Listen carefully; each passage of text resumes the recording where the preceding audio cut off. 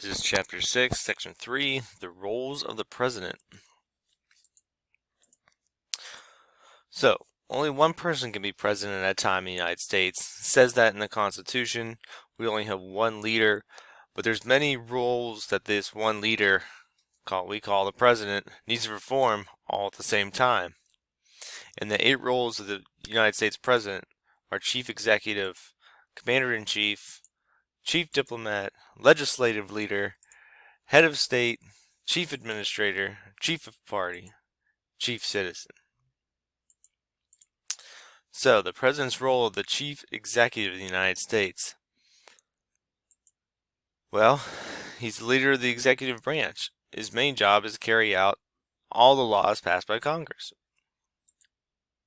He signs bills into law, so he's pretty much, he enacts the laws. So Congress passes it, passes the bills, but he enacts it. He puts it into motion, executes it. The president ensures that the laws are being carried out and enforced by the executive branch. So it's one thing to tell the American people, hey, this is the law, but then you have to kind of nudge the American people into the direction, design consequences, laws, law enforcement for people to adhere to these newfound laws. And also not even just making people do that, but making sure, okay, just like the COVID relief bill, everybody gets $600. Congress just passes that. It's up to the executive branch. Well, how are we going to get these the $600 to everybody? So it's just putting these new laws in motion and what's ever passed by Congress. So to divide this up, there's the executive branch has 15 departments to make sure that these laws are being followed. The president appoints these leaders to each department, and that makes up the president's cabinet. So, like I said, like the $600 that was passed that everybody got from the government for the COVID relief bill, all right, that would go to the Secretary of Treasury. He figures out how to go send everybody the money and give them enough funds and everything like that. So the president's cabinet assists the president in carrying out all the policies in each department. Also, a chief executive, the president can also pardon individuals of crimes. And a pardon is a government decision to allow a person to be relieved of some, or all of the legal consequences resulting from a criminal conviction. So, a president has many reasons to pardon someone. Every president does pardon people for one reason or another. Probably the best example where a presidential pardon came in handy was that former President Nixon. He actually resigned from the presidency because of all his illegal wiretapping and everything like that.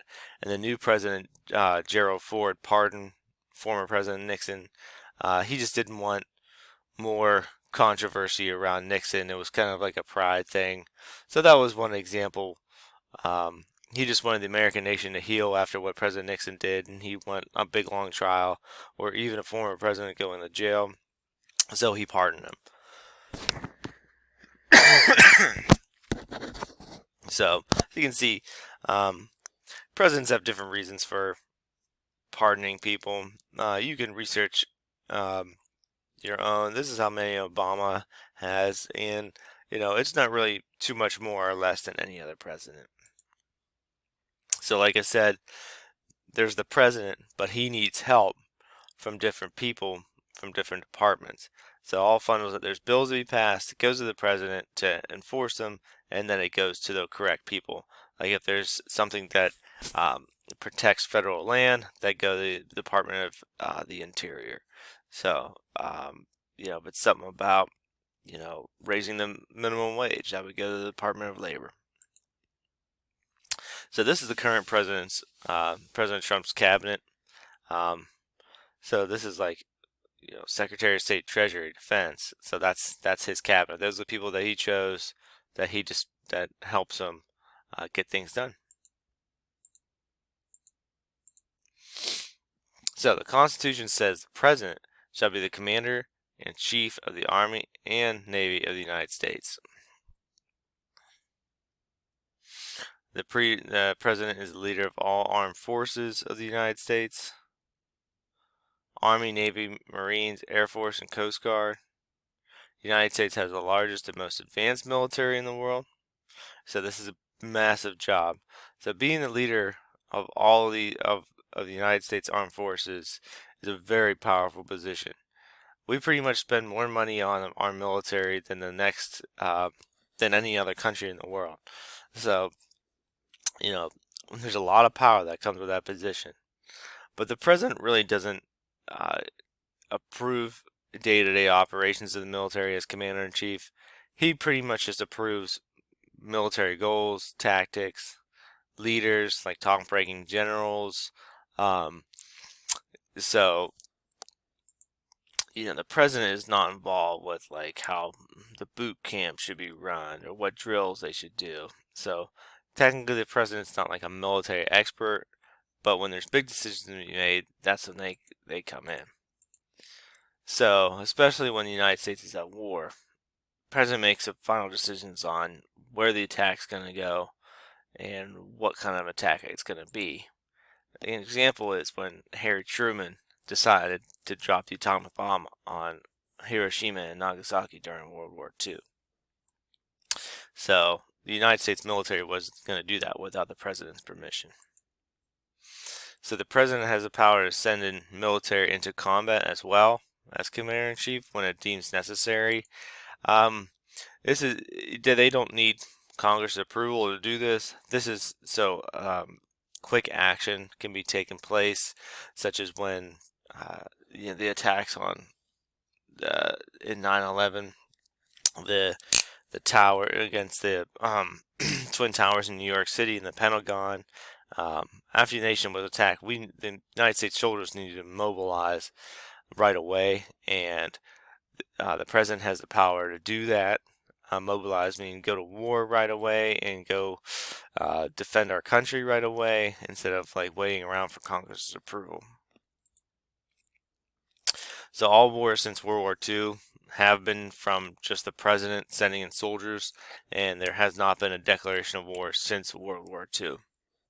It's just the president just sends in soldiers, and we kind of have a war. Like not really it was an official war, but it was never a declaration of war. Especially when a lot of the war on terror, we weren't really fighting against another nation.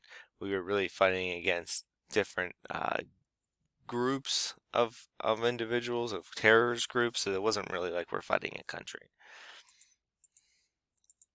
So chief diplomat, the president is the most important representative of the United States in relations to the other nations. He's kind of our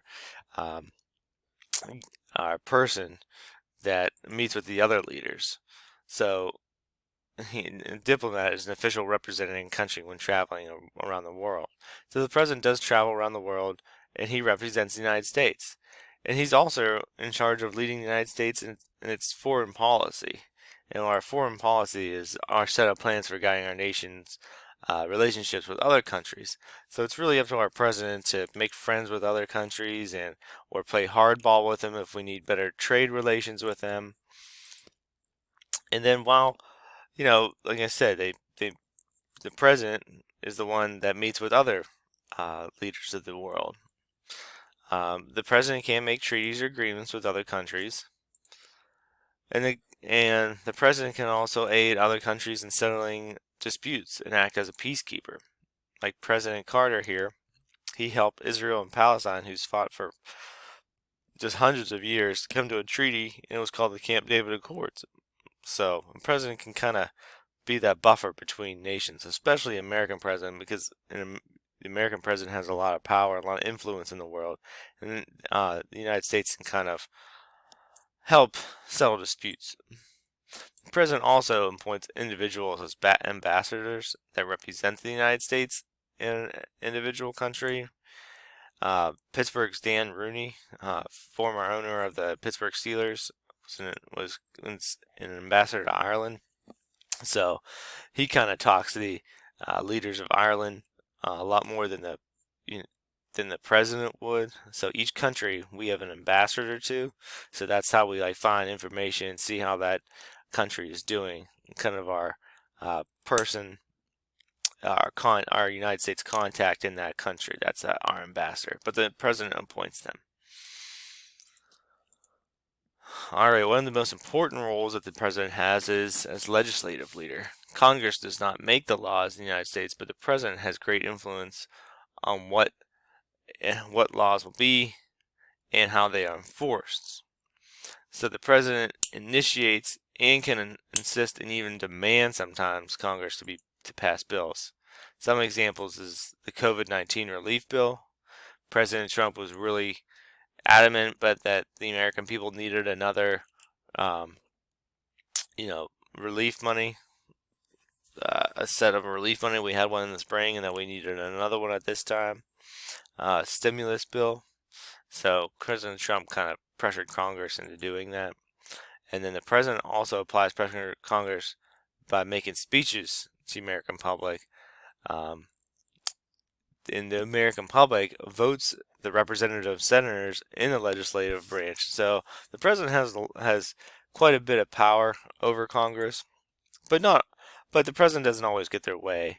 Sometimes, Congress just gets stalemated, or if one political party is not the same as the president in the House or the Senate, and they might not agree with what the president wants or demands.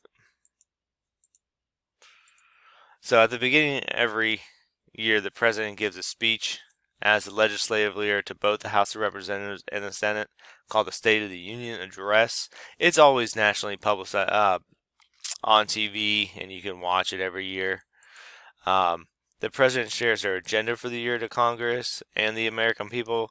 He kind of telling them what his administration kind of would like to see happen during the year. Some of the topics include foreign policy, domestic policy, what foreign policy, what the United States relationships will be with other countries. Domestic is here in the United States, taxes, healthcare, war efforts. So that's what every year the State of the Union address is something that the president kind of shares with Congress their plan for the year and how maybe Congress can help them out with that. Also, probably the biggest way that the president is the legislative leader is the massive power to veto any bill that is passed by Congress.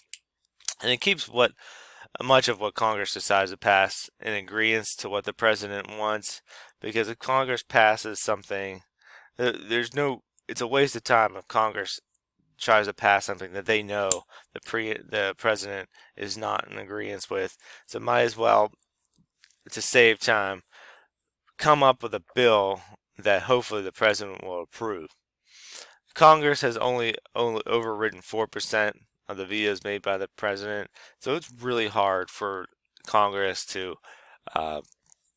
override if the president doesn't want a bill to be passed. So it's just easier if Congress puts a bill together that the president will probably approve. The president also has the power to call a special congressional session if Congress is not in session already. That was really more back in the day when Congress didn't meet as much as they do now. Congress pretty much meets almost all year round, except for like a couple summer months. But he can force them into making a bill if he wants by holding a congressional session. He can't force them to pass a bill, but he can say, you get in session and you guys need to discuss something. Head of state.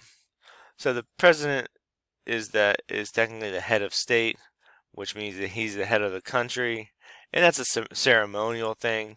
Since the United States doesn't have a king or a queen, we have a president, and so the president kind of acts as our ceremonial king or queen. He's our leader, or maybe eventually she. The president, he's expected to give speeches, to the American public as our leader.